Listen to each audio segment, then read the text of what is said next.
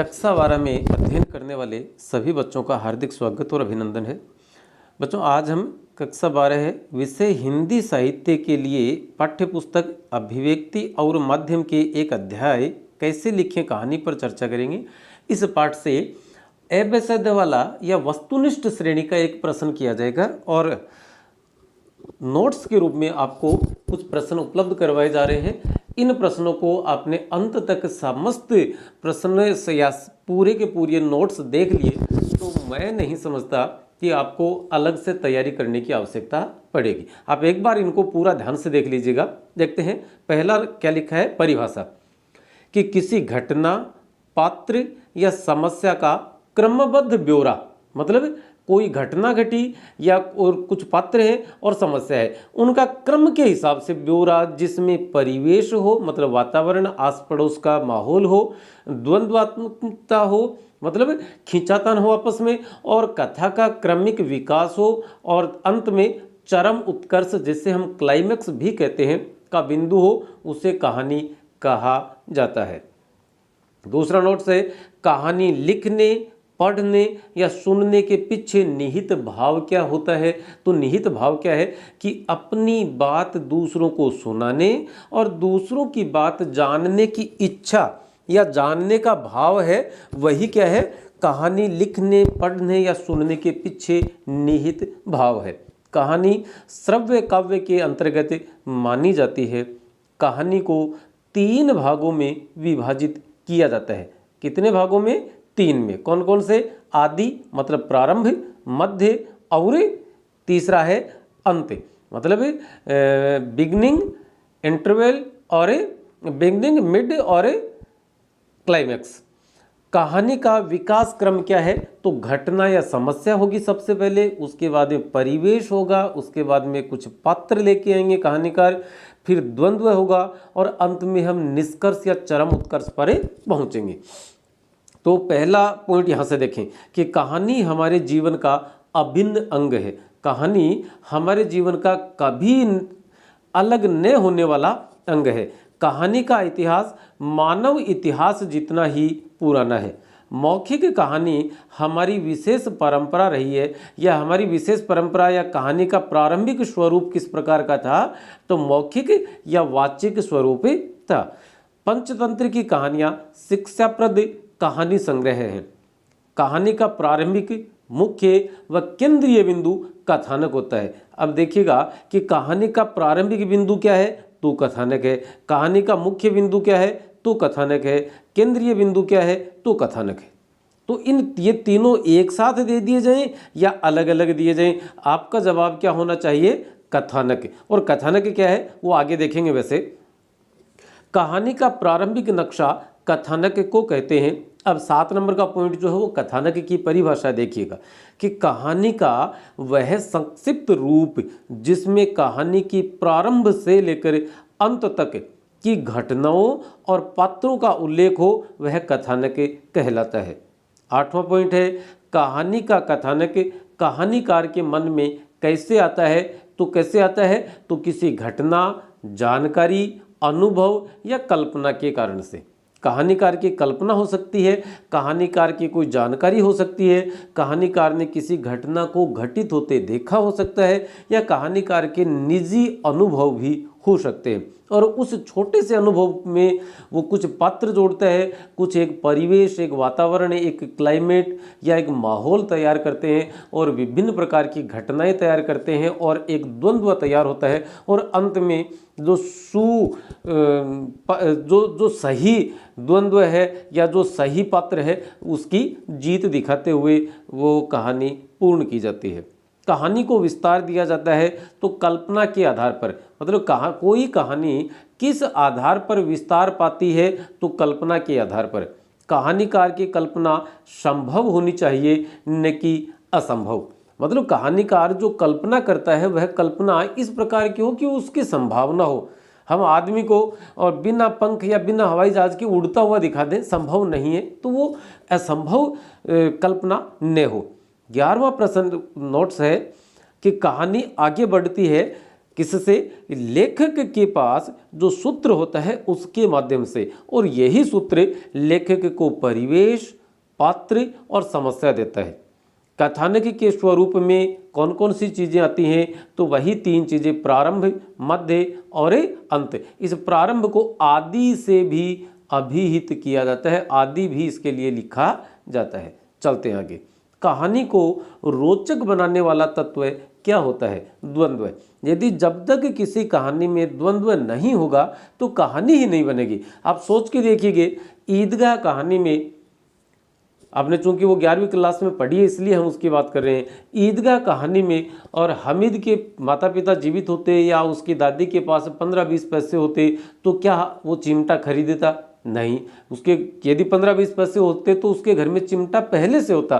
तो ये जो द्वंद्व था वो द्वंद्व नहीं होता तो वह कहानी अपने क्लाइमैक्स पर नहीं पहुंचती। हमारी पाठ्यपुस्तक में एक कहानी है जिसका नाम है दूसरा देवदास है। यदि दूसरा देवदास के संभव को उसी पल जब पंडित जी ने टीका किया और पारो कहते हैं कि हम कल फिर आएंगे, पंडित जी उनको दूध नाव फूतो फलों की का आशीर्वाद देते हैं और उसके बाद लड़की भागने का प्रयास करती है, चप्पलें भी पूरी सी नहीं पहन पाई और भागती है। संभव उसके पीछे पीछे जाता है। समझ के देखिए, सोच के देखिए, कल्पना कीजिए आप कि संभव को वहीं पर और पारो दिखाई दे जाती, उससे बातचीत हो जाती तो क्या दूसरे दिन संभव पारो को ढूंढने के लिए आता? क्या संभव बैठे बैठे रात में दिमाग लगाता कि लड़की ने कहा था कि हम कल फिर आएंगे इसी मंदिर में इसी समय? तो वो बनता ही नहीं, क्योंकि ये द्वंद्व दिखाया गया है और द्वंद्व के बिना कोई कहानी आगे नहीं बढ़ती।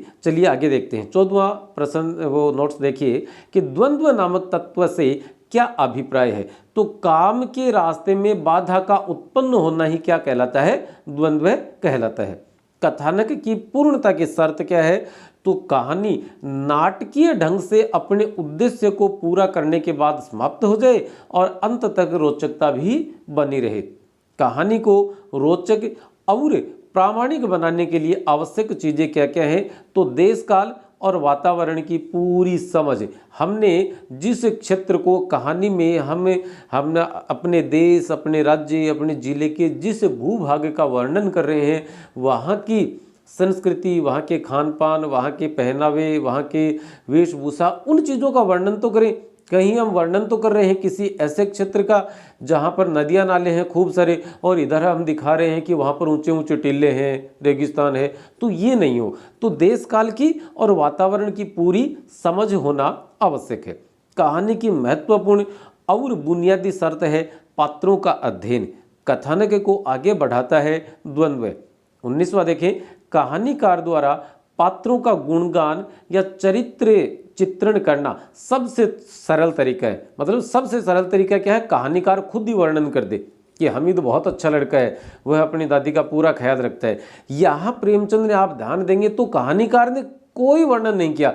उसने कहानी में जो पात्र था उस पात्र के द्वारा कुछ ऐसे काम करवाए जिससे हम ये मानने के लिए विवश हो गए कि हाँ भाई बात तो सही है। अब आप कह सकते हो, आपसे कोई भी सवाल करे कि हामिद कैसा लड़का था, तो आप कहेंगे बहुत अच्छा लड़का था, अपनी दादी का ख्याल रखता था, अपनी उम्र से ज़्यादा उम्र के बच्चों की समझ वो रखता था। लेकिन ये बात कहीं भी प्रेमचंद ने अपनी उस कहानी में नहीं कही है। तो देखिए, कहानीकार के द्वारा पात्रों का गुणगान या चरित्र चित्रण करना सबसे सरल तरीका है, पर यह आउटडेटेड और प्रभावहीन तरीका भी माना जाता है। 20वां, पात्रों का चरित्र चित्रण उसके क्रियाकलापों, संवादों, अभिरुचियों और अन्य पात्रों के कथन के आधार पर होना चाहिए। यह है सबसे प्रभावशाली तरीका माना गया है। मतलब उसके किसी भी पात्र, हम हामिद की बात करते हैं या मुंशी वंशीधर की बात आप करें तो वंशीधर के क्रियाकलाप, उसके संवाद की 40,000 नहीं 40 लाख पर भी संभव नहीं। ये बात जिस तुर्रे के साथ वंशीधर ने कही, अलोपीदीन के पैरों तले जमीन खिसक गई थी। तो वो संवाद के, उसकी अभिरुचियां कैसी थी, किसी से ज़्यादा बात नहीं करना, ईमानदारी से काम करना, या अन्य पात्रों के कथनों के आधार पर होना चाहिए। ये सबसे प्रभावशाली तरीका है। तो किसी पात्र का चरित्र चित्रण करने का सबसे प्रभावशाली तरीका क्या है कि कहानी में उसके क्रियाकलापों, संवादों, अभिरुचियों और अन्य पात्रों के कथनों के आधार पर किसी व्यक्ति का, किसी पात्र का चरित्र चित्रण किया जाए। किसी कहानी को गति कौन देता है? तो संवाद देते हैं। संवाद ही पात्रों को गति देते हैं। अच्छा, एक बात और ये कह रहा था, यदि आप चैनल पर नए जुड़े हैं सब्सक्राइब कर लीजिएगा। हिंदी की बेहद महत्वपूर्ण जानकारियाँ होंगी और हम ये आपसे वादा करते हैं कि इसी परीक्षा के बाद आप BSTC की जब परीक्षा देंगे तो उसके लिए बेहद महत्वपूर्ण सामग्री और आपके कक्षा स्तर के अनुसार आपको यहाँ पर व्याकरण की संपूर्ण जानकारी उपलब्ध करवाई जाएगी, इसलिए आप जुड़े रहें। 23वां नोट्स देखिए कि संवाद ही कहानी और पात्रों को स्थापित करते हैं।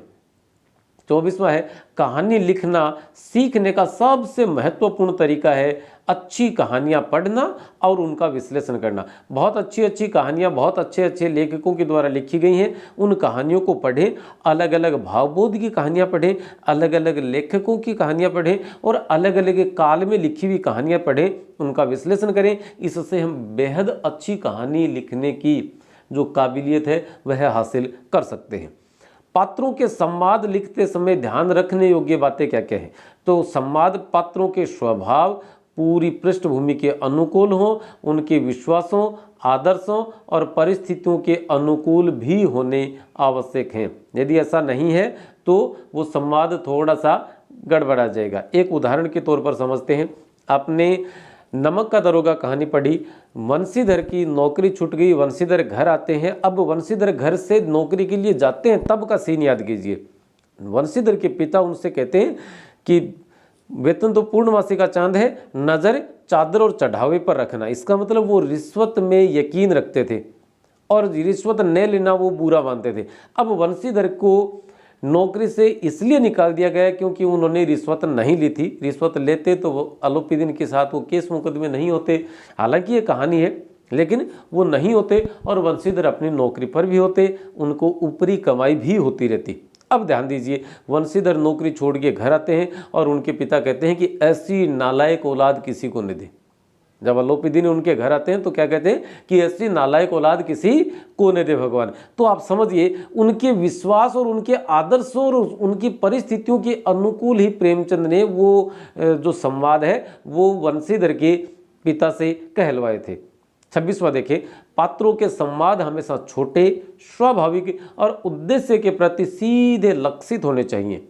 संवादों के अनावश्यक विस्तार से जटिलताएं पैदा होती हैं, इससे कहानी भी जटिल हो जाती है।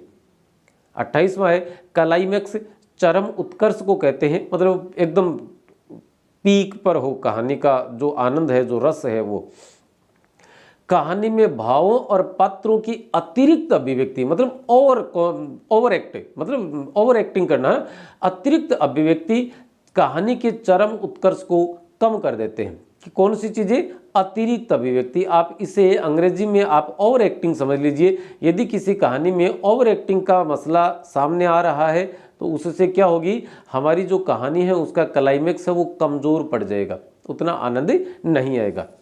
कहानी के संदर्भ में कृष्णा शोभती का कथन क्या है कि कहानी किसी एक की नहीं, वह कहने वाले की है, सुनने वाले की भी, इसकी, उसकी, सबकी, सृष्टि समूचे परिवार की। नानी की मुहर इस पर है। इस लोक की प्रजा होने के कारण हर किसी की कहानी लिखी और सुनी जा सकती है। 31वां नोट्स है प्राचीन काल में मौखिक कहानियों की लोकप्रियता इसलिए भी थी कि उस जमाने में इससे बड़ा संचार माध्यम और कोई नहीं था। तो प्राचीन काल में कहानी का स्वरूप कैसा था? मौखिक या वाचिक। आगे चलते हैं। धर्म प्रचारकों ने अपने सिद्धांतों और विचारों के प्रचार प्रसार के लिए कहानी का सहारा लिया था। या कहानी क्यों की? धर्म प्रचारकों ने कहानी का सहारा क्यों लिया? अपने सिद्धांतों और विचारों के प्रचार प्रसार के लिए। आप एक वाक्य से एक से ज़्यादा प्रश्न उठा सकते हैं। कहानी मानव जीवन का अभिन्न अंग है और कफन कहानी के लेखक जो हैं वे प्रेमचंद हैं। संवाद के बिना कहानी की कल्पना करना ही मुश्किल है, कल्पना ही नहीं की जा सकती यदि संवाद नहीं है तो। और संवाद ही कहानी और पात्र को स्थापित और विकसित करते हैं और वही उसे गति देकर आगे बढ़ाते हैं। जिस घटना को कहानीकार होते हुए नहीं दिखा सकता उसे संवादों के माध्यम से सामने लेकर आते हैं। अब जैसे हामिद अपने दोस्तों के साथ ईदगाह के मेले जा रहे हैं तो वहाँ पर बच्चे आपस में बात कर रहे हैं कि मेरे मामा रिश्वत लिया करते थे, मामा के उसमें फिर एक घर में एक दिन आग लग गई। वो आग लगने का दृश्य तो वो कहानी में नहीं दिखा सकते, तो बच्चों के मुंह से आपस में बात करवा दी। एक जगह वो जिनात की बात करते हैं कि जिनात होते हैं, वो जहाँ मर्जी वहाँ चले जाते हैं, तो जिनात दिखाया नहीं जा सकता, वो एक शब्द चित्र भी उसके लिए नहीं बनाया जा सकता, तो लेखक ने बच्चों के मुंह से बात कहलवा दी। तो संवादों के माध्यम से उस घटना को वो सामने लेकर आते हैं। 38वां, कहानी में हर पात्र का अपना स्वरूप, स्वभाव और उद्देश्य होता है। हर व्यक्ति महत्वपूर्ण भी होता है किसी भी कहानी में। कहानीकार के सामने पात्रों का स्वरूप जितना स्पष्ट होगा, पात्रों का चरित्र चित्रण करने और उनके संवाद लिखने में उतनी ही आसानी होगी। कहानी के संवाद हमेशा छोटे, स्वाभाविक और उद्देश्य के प्रति लक्षित होने चाहिए। कहानी में द्वंद्व दो विरोधी तत्वों के टकराव या किसी खोज में आने वाली बाधाओं या अंतर्द्वंद्व के कारण पैदा होता है।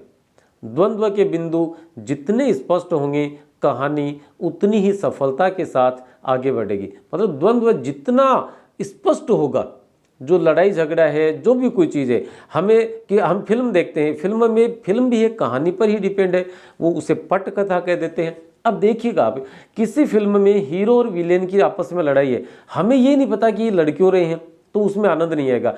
कहानी में इन दोनों के मध्य जो लड़ाई है, जो द्वंद्व है, उसका हमें पता होता है, दर्शक को, पाठक को जब उसका पता होता है, या जो जितना स्पष्ट होगा कि क्यों इनमें लड़ाई है, तो कहानी भी उतनी ही ज़्यादा सफलता के साथ आगे बढ़ेगी। चलिए बेटा, आज की इस वीडियो में फ़िलहाल इतना ही है। अगले वीडियो में फिर आपसे मुलाकात करेंगे। तब तक के लिए आप चैनल को सब्सक्राइब करें और चैनल देखते रहें। नमस्ते, धन्यवाद, जय हिंद, जय भारत।